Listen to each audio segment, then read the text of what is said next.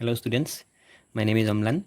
Today in this video I will explain a few important terms to study conducting nature of the materials. মানে বেলেগ মেটেৰিয়েলৰ যেতিয়া আমি conducting nature study কৰিম আমি কিছুমান ইম্পৰ্টেণ্ট টাৰ্ম জানিবলগীয়া হয় সেই টাৰ্মবিলাকৰ কথা আমি এই ভিডিঅ'টোত আলোচনা কৰিম But before I start the video, I request you to subscribe the channel and hit the bell icon so that you get the notifications when I upload a new video.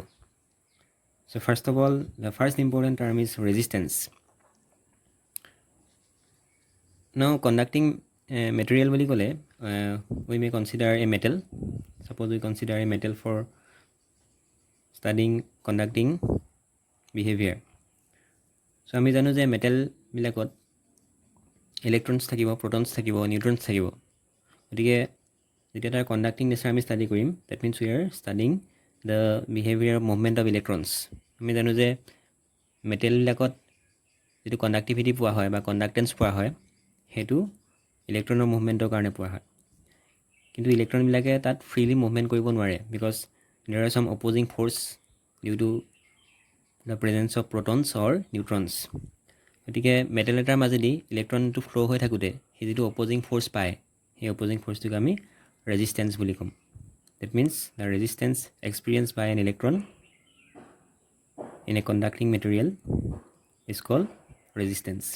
The opposing force experienced by an electron in a conducting material is called resistance of the material. So it is denoted by R equal to rho L by A. It is the formula. R is a resistance, rho L by A. So L is length, A is cross-sectional area. Suppose we consider a wire. এডাল wire যদি আমি consider কৰোঁ, suppose আমি এডাল wire consider কৰিলোঁ, যিডালৰ আমি conducting nature study কৰিছোঁ। এই wireডালৰ resistance যদি মই উলিয়াওঁ, তেতিয়াহ'লে R equal to rho L by A হ'ব. And L is length of the wire. Suppose this is the length of the wire. আৰু A is the cross-sectional area. That means A যিটো cross-sectional area হ'ব সেইটো আমি A বুলি বুজাইছোঁ। And rho is called resistivity or specific resistance. Rho টো যিটো আছে সেইটো এটা constant term. ইয়াক আমি কৈছোঁ resistivity বা specific resistance. So unit of R unit হৈছে ohm. That means R is measured in ohm. And এই ফৰ্মুলাটোৰ পৰা আমি দেখিছোঁ যে R is directly proportional to L. তাৰমানে resistance লেংথৰ লগত ডাইৰেক্টলি প্ৰপৰ্চনেল তাৰমানে লেংথ যদি বাঢ়ি গৈ থাকে তেতিয়াহ'লে সেই ৱায়াৰডালৰ ৰেজিষ্টেঞ্চ বাঢ়ি গৈ থাকিব and is inversely proportional to cross sectional area তাৰমানে ক্ৰছ ছেকশ্যনেল এৰিয়া যদি বাঢ়ি গৈ থাকে তেতিয়াহ'লে ৰেজিষ্টেঞ্চ কমি গৈ থাকিব so' this is the formula for calculation of resistance are equal to rho L by A. That means R of a material is not constant. Suppose you consider iron, so you cannot say that iron or resistance is fixed. সেইটো তুমি ক'ব নোৱাৰিবা কিয় সেই আইৰণৰ যিডাল wire আমি consider কৰিম সেই ৱায়াৰডালৰ লেংথ আৰু ক্ৰছ ছেকশ্যনেল এৰিয়াৰ ওপৰত ৰেজিষ্টেঞ্চটো ডিপেণ্ড কৰিব next important term is conductance so' ৰেজিষ্টেঞ্চৰ অপ'জিট যিটো টাৰ্ম পাওঁ আমি সেইটোক আমি ক'ম conductance so' it is denoted by G and G equal to 1 by R. So R আমি পাইছিলোঁ rho L by A.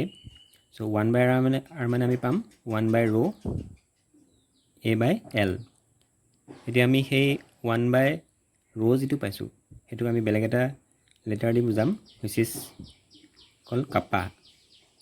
It is similar to our K. So kappa A by L. And this kappa is called conductivity or specific conductance.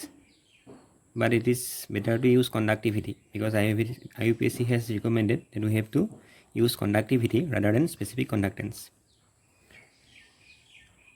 And A is nothing but cross-sectional area and L is length of the wire. যদি আমি solid conductor লওঁ like metallic conductor তেতিয়াহ'লে আমি L টো length বুজাব আৰু A টো তাত cross-sectional area হ'ব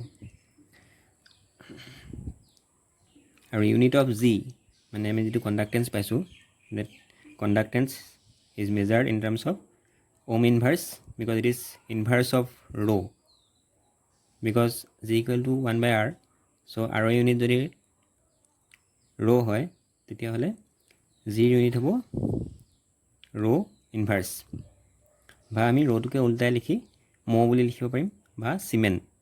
commonly we use cement. So this is the unit of conductance.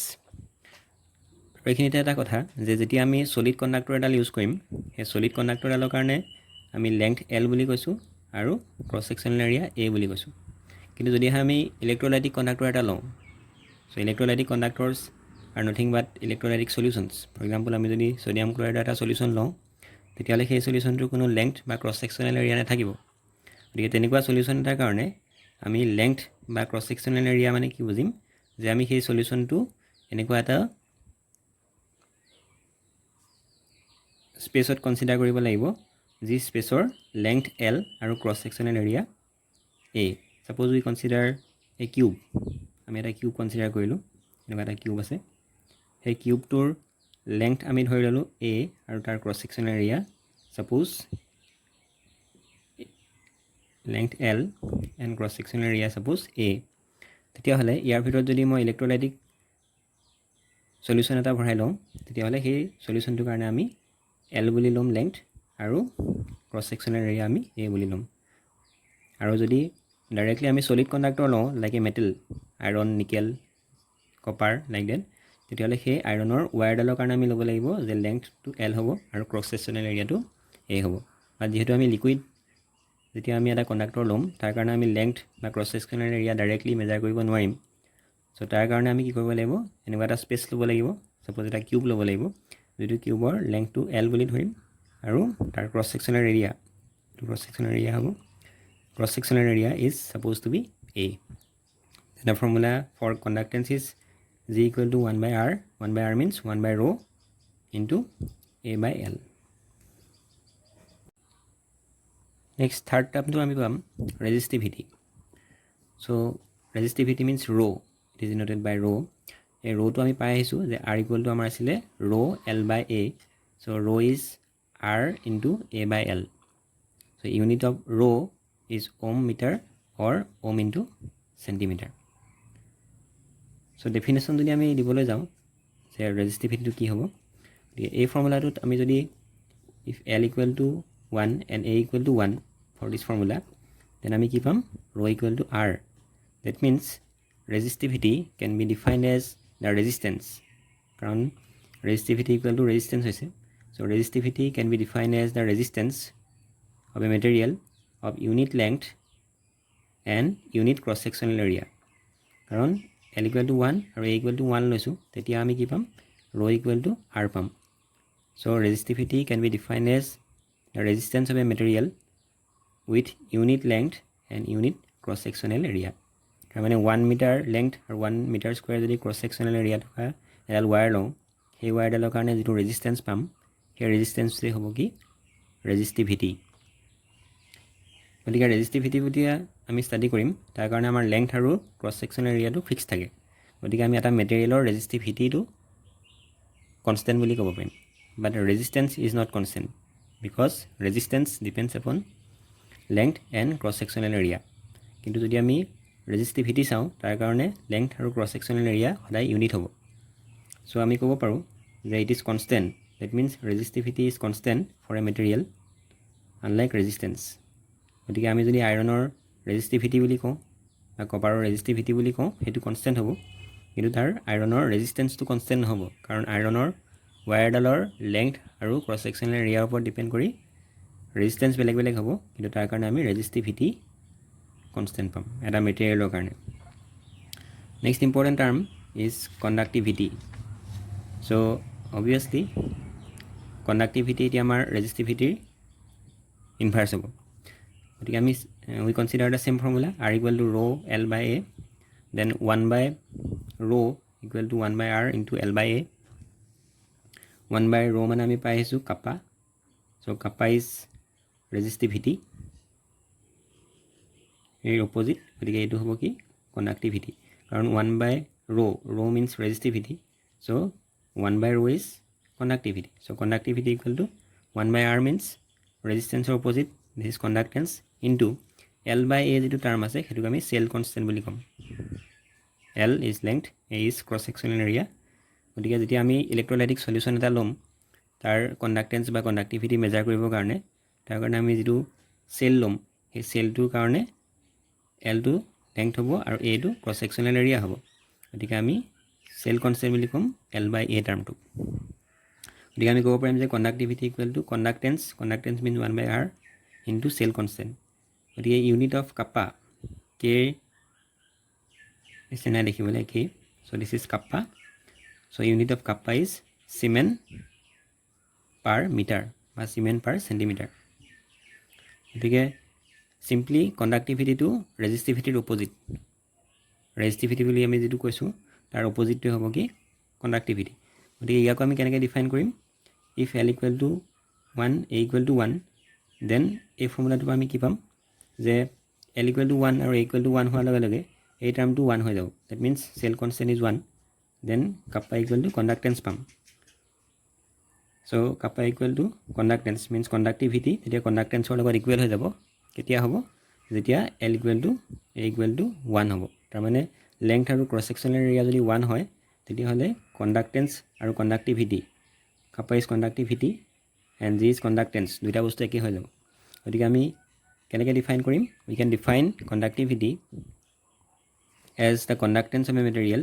of unit length and unit cross sectional area যদি আমি এটা মেটেৰিয়েল লওঁ suppose we consider a wire of unit length suppose 1 meter length or আমি এটা wire consider কৰিলো আৰু 1 meter square যদি তাৰ cross sectional area হয় তাৰ কাৰণে আমি যেটো conductance পাম সেই conductanceটো হ'ব কি তাৰ conductivity গতিকে যেনেকৈ আমাৰ resistivity বুলি ক'লে এটা স্পেসিফিক লেংথ থাকে 1 meter বা 1 centimeter তেনেকৈ ক্ৰছ সেকচনাল এৰিয়া থাকে 1 meter square বা 1 centimeter square তেনেকৈ কণ্ডাক্টিভিটি বুলি ক'লেও আমাৰ এটা স্পেসিফিক লেংথ আৰু ক্ৰছ সেকচনাল এৰিয়া থাকিব L equal to 1 হ'ব লাগিব A equal to 1 হ'ব লাগিব তাৰ মানে 1 meter আৰু 1 meter square যদি হয় তেতিয়া হলে সেই ওয়্যাৰডালৰ কাৰণে আমি যেটো কণ্ডাক্টেন্স পাম সেইটো হ'ব conductivity and if we consider an electrolytic solution যদি আমি electrolytic solution এটা কনসিডাৰ কৰো তাৰ আমি ডাইৰেক্টলি লেংথ বা ক্ৰছ সেকচনাল এৰিয়াৰ কথা ক'ব নোৱাৰিম because it is liquid গতিকে লিকুইড এটাৰ কাৰণে suppose আমি সোডিয়াম ক্লোৰাইডৰ সলিউশন এটা ললো তাৰ কাৰণে আমি কি পাম যে আমি এনেকুৱা এটা স্পেস কনসিডাৰ কৰিব লাগিব suppose we consider a cube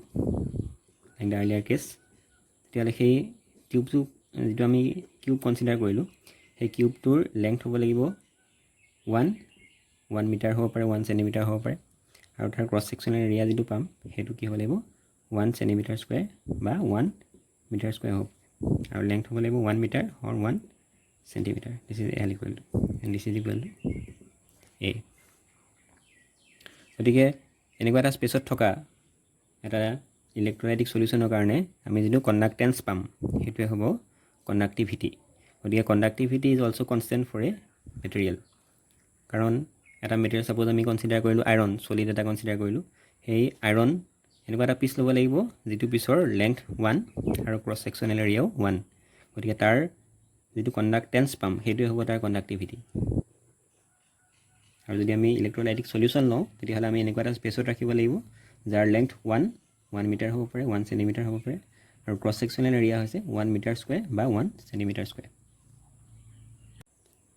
next important term এটা পাম আমি সেল কনস্ট্যান্টৰ কথা আমি অলৰেডি কৈ আহিলো যে G star equal to L by A আমি যেটো ফৰ্মুলা পাইছিলো R equal to rho L by A তাৰ সেই L by A যেটো টাৰ্ম আছে সেই টাৰ্মটোকে আমি কৈছো সেল কনস্ট্যান্ট so সেল কনস্ট্যান্টটো একচুয়ালি যেতিয়া আমি ইলেক্ট্ৰোলাইটিক সলিউশন এটাৰ কণ্ডাক্টিভিটি মেজাৰ কৰো তেতিয়া আমি ইলেক্ট্ৰোলাইটিক সলিউশনটা আমি যেহেতু হি লিকুইড গতিকে আমি এটা সেলত ৰাখিব লাগিব যেটো সেলৰ কাৰণে আমি সেল কনস্ট্যান্ট পাম আৰু cell constant means L by A গতিকে L by A L ৰ ইউনিট যদি সেন্টিমিটাৰ হয় A ইউনিট যদি সেন্টিমিটাৰ স্কয়াৰ হয় তেতিয়া হলে L by A ইউনিট আমি পাম সেন্টিমিটাৰ ইনভাৰ্স আকৌ যদি L ৰ ইউনিট মিটাৰ হয় A ইউনিট মিটাৰ স্কয়াৰ হয় তেতিয়া হলে আমি L by A ইউনিটটো পাম মিটাৰ ইনভাৰ্স গতিকে ইয়াৰ ইউনিট সেন্টিমিটাৰ ইনভাৰ্স হ'ব পাৰে বা মিটাৰ ইনভাৰ্স হ'ব পাৰে নেক্সট আমি পাম কণ্ডাক্টৰছ বিলাক কোনবিলাক যেটা কণ্ডাক্টৰছ are the materials whose resistance is very low যিবিলাকৰ ৰেজিস্ট্যান্স বহুত কম তাৰ মানে হেতে ইজিলি কাৰেন্ট ক্যাৰি কৰিব পাৰে সো জেনাৰেলি আমি কণ্ডাক্টৰছ বিলাকক দুটা টাইপত ভাগ কৰিব পাৰিম there are some solid conductors like metal বিলাক কণ্ডাক্টৰ হয় আমি জানো আইৰন কপাৰ সিলভাৰ য'ত electrons are the careers current careers তাৰমানে তাত ইলেক্ট্ৰনবিলাকে কাৰেণ্ট কেৰি কৰে আৰু এটা টাইপৰ কণ্ডাক্টৰ থাকে যিবিলাকক আমি ইলেক্ট্ৰলাইটিক কণ্ডাক্টৰ বুলি কওঁ these are liquid for example sodium ক্লৰাইডৰ যদি আমি সলিউশ্যন এটা লওঁ একুৱাছ সলিউশ্যন গতিকে সিও কাৰেণ্ট কেৰি কৰিব পাৰিব আৰু তাত কিন্তু কাৰেণ্ট কোনে কেৰি কৰিব in a sodium chloride solution ions are the current carriers because sodium chloride যদি আমি পানীত দি দিম তেতিয়াহ'লে তাৰ পৰা ছ'ডিয়াম প্লাছ আয়ন ওলাব একুৱাছ আৰু Cl মাইনাছ আয়ন ওলাব aqueous so' these ions will carry current in the electrolytic solution of sodium chloride গতিকে আমি দুটা টাইপৰ জেনেৰেলি কণ্ডাক্টৰ পাম কিছুমান হ'ব ছলিড কণ্ডাক্টৰ পাম আৰু কিছুমান হ'ব ইলেক্ট্ৰলাইটিক কণ্ডাক্টৰ যিবিলাক জেনেৰেলি লিকুইড নেক্সট এতিয়া আমি যদি ইলেক্ট্ৰলাইটিক কণ্ডাক্টৰ এটা লওঁ তাৰ আমি এটা টাৰ্ম পাম molar conductivity so' molar conductivity of an electrolytic solution so' আমি ডেফিনেশ্যন কেনেকৈ দিম is the conductivity of 1 mole of an electrolyte in a solution suppose আমি সোডিয়াম ক্লৰাইড ল'লোঁ NaCl যদি আমি 1 mole সোডিয়াম ক্লৰাইড ৱাটাৰত ডিজলভ কৰি দিওঁ তেতিয়াহ'লে তাৰ পৰা আয়ন ওলাব কি আয়ন ওলাব সোডিয়াম আয়ন ওলাব আৰু Cl নিগেটিভ আয়ন ওলাব সোডিয়াম প্লাছ আৰু Cl মাইনাছ গতিকে 1 mole সোডিয়াম ক্লৰাইড যদি আমি ৱাটাৰত দি দিওঁ সেই সলিউশ্যনটোৰ যিটো কণ্ডাক্টিভিটি হ'ব সেইটোকে আমি ক'ম molar conductivity so' it is simply conductivity of 1 mole of an electrolyte in solution গতিকে সোডিয়াম ক্লৰাইড ল'ব পাৰোঁ আমি ধৰা HCl ল'ব পাৰোঁ HCl লোৱাৰ লগে লগে কি হ'ব HCl পানীত দিয়াৰ লগে লগে H+ ওলাব একুৱাছ আয়ন আৰু Cl আয়ন ওলাব একুৱাছ গতিকে এই আয়নখিনি অভাৰঅল যিটো টোটেল কণ্ডাক্টিভিটি থাকিব সেইটোকে আমি ক'ম molar conductivity so' it is denoted by capital lambda m আৰু ইয়াৰ ফৰ্মুলাটো হ'ব lambda m equal to kappa by c so' kappa is nothing but conductivity আমি যিটো অলৰেডি পঢ়ি আহিছোঁ conductivity into 1000 kappa by c into 1000 আৰু তাৰ ইউনিটটো কি হ'ব যিটো আমি 1 মোলৰ কাৰণে কনচিডাৰ কৰিছোঁ গতিকে তাৰ ইউনিট হ'ব siemens centimetre square mole inverse siemens centimetre square mole inverse so' this is the unit of molar conductivity আৰু মোলাৰ কণ্ডাক্টিভিটি আমি কাৰ কাৰণে পাম ইলেক্ট্ৰলাইটিক সলিউশ্যনৰ কাৰণে পাম কাৰণ ছলিডৰ কাৰণে আমি মোলাৰ কণ্ডাক্টিভিটি নাপাওঁ তাত আমি মোলাৰ কণ্ডাক্টিভিটি টাৰ্মটো ইউজ কৰিব নোৱাৰিম কাৰণ এটা ছলিডৰ কাৰণে যদি আমি আইৰণৰ পিচ এটা ল'ম বা চিলভাৰ ল'ম বা কপাৰ ল'ম তাৰ কাৰণে আমি জেনেৰেলি মোলাৰ কণ্ডাক্টিভিটি কনচিডাৰ নকৰোঁ কিন্তু আমি যেতিয়া ইলেক্ট্ৰলাইটিক সলিউশ্যন এটা ল'ম সেই সলিউশ্যনটোৰ কণ্ডাক্টিভিটি মেজাৰ কৰিবৰ কাৰণে আমি মোলাৰ কণ্ডাক্টিভিটি টাৰ্মটো ইউজ কৰিম আৰু মোলাৰ কণ্ডাক্টিভিটি মানে কি it is the conductance or conductivity of 1 mole of an electrolytic solution